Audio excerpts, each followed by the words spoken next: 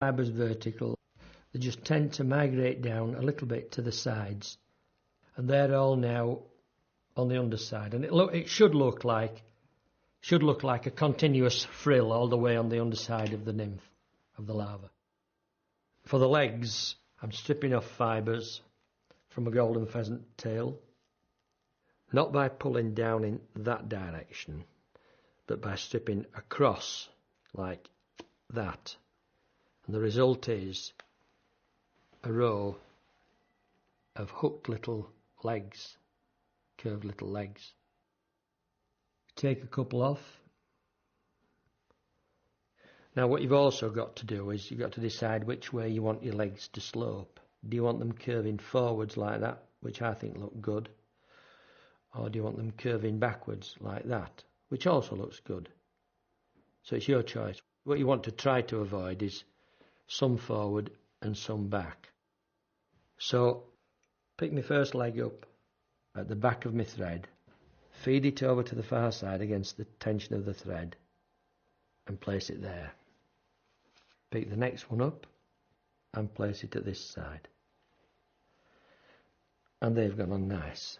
Just want to now ease the far one further over to the other side, so I'll do that with the point of my scissors. You can sometimes just drag it over like that. Then when you've got them sighted correctly, all you do now is just get hold of the tip of the fibre and just drag through to set the leg length. Do the same on this one. And then once you're happy with the position, you just pull on the thread and up come the legs. Because what you're doing is you're crushing it into that yielding material, this latex. And then you spiral forward into the next groove, keeping tension on your bobbin. And then you take your scissors and you just come in at the back side and trim off the waist and trim off the waist there. So there's your first pair of legs. Pick up another one, pass it over to the far side, make sure it's in line with its partner. Pick up another one, put it on this side.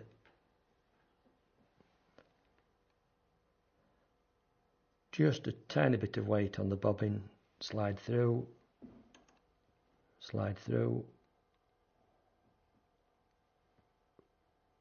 pull on the thread, just push that one back a little bit, pull on the thread, up they come, spiral forward into the next groove,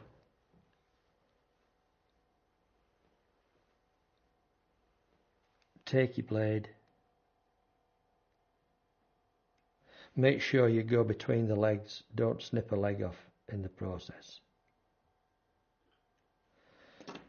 Don't they look good? Now the last pair of legs.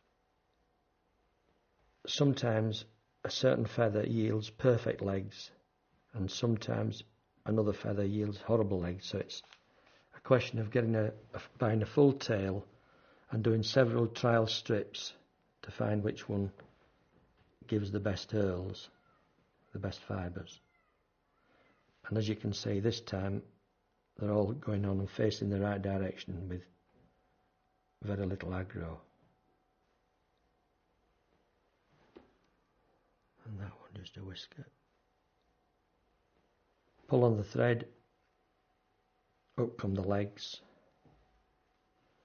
and now wind through that last spiral all the way up to the eye, maintaining tension throughout, and while you've still got tension on, drop on a whip finish,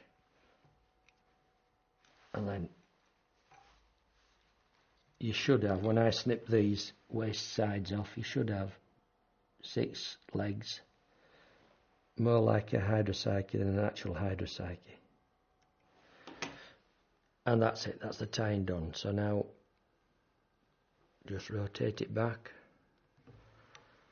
come straight on with a 2-finger whip finish and make a nice, neat but obvious head.